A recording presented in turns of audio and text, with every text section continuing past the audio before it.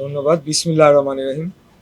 আম ওনাদের সুনির্দিষ্ট কোনো প্রস্তাবনা ছিল না। তবে ওনারা আমাদের যে চলমান প্রকল্পগুলা রয়েছে এবং যে কার্যক্রমগুলো রয়েছে, সেগুলোকে কিভাবে আমরা সঠিকভাবে পরিচালনা করছি এবং আগামীতে করতে পারি, সেই আলোকে ওনারা আমাদেরকে কিছু পরামর্শ দিয়েছেন। কারণ আমরা যে প্রকল্পগুলাই নেই, এটা কিন্তু বাস্তবায়ন হচ্ছে মাঠ প্রশাসনের মাধ্যমে। আমাদের কিন্তু ফিল্ড অফিস নাই মুক্তিযুদ্ধ বিষয়ক মন্ত্রণালয়ে। অতএব তাদের সাথে ইন্টারঅ্যাক্টিভ সেশনটা খুব ভালো ছিল।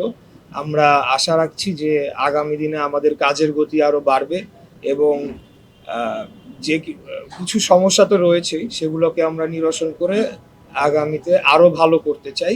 এই মন্ত্রণালয়কে আরও আহ, জনগণের কাছে আরও বেশি ভালোভাবে তুলে ধরে আমরা মুক্তিযুদ্ধকে তার যথাযথ সম্মান প্রদর্শন করতে চাই।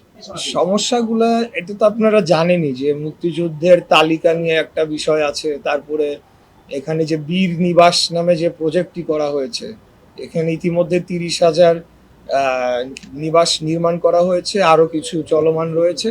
তো সেগুলো বিগত ফ্যাসিবাদী সরকারি ফ্যাসিবাদী আওয়ামী সরকারের সময় কি হয়েছে সেটা তো আপনারা সকলেই জানেন। প্রত্যেকটা সেক্টরেই তারা দলীয়করণ করেছে, দুর্নীতি করেছে। এই বিষয়গুলো তো ছিলই। তো সেগুলো নিয়ে তাদের প্রশ্ন ছিল, সেগুলার আমরা জবাব দিয়েছি।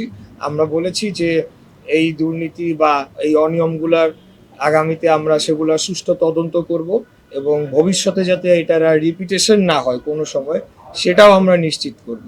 এর পাশাপাশি 2024 সালে যে গণ অভ্যুত্থান হয়েছিল, সেখানে আমরা জুলাই যোদ্ধাদের জন্য কি করছি সেটার বিস্তারিত আমরা তাদেরকে জানিয়েছি এবং তাদের সহযোগিতা কামনা করেছি যে তাদের মাধ্যমে আমরা এটিকে যাতে বাস্তবায়ন করতে পারি।